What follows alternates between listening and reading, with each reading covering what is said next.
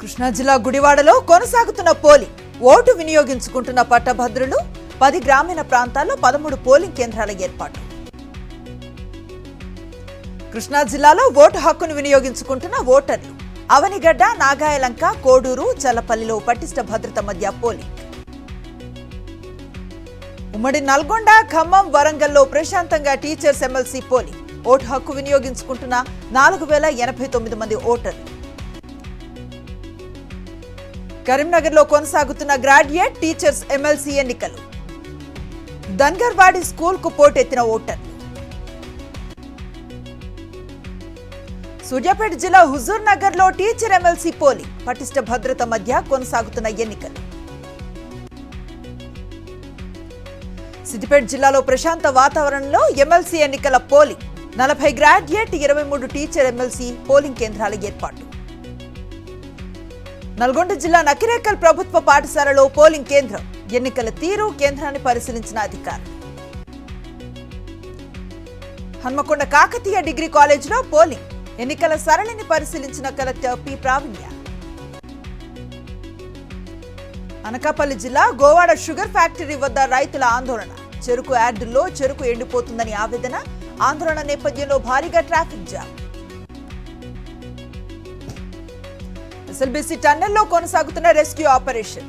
సహాయక చర్యల్లో NDRF, SDRF, army, navy సిబ్బంది. రెస్క్యూ ఆపరేషన్ కు అడ్డుగా బోరింగ్ మిషన్ భాగాలు.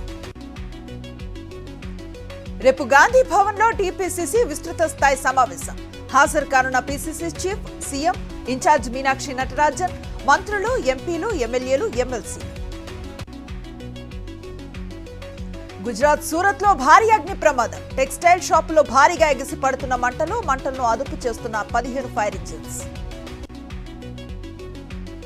తిరుమలలో కొనసాగుతున్న భక్తుల రద్దీ.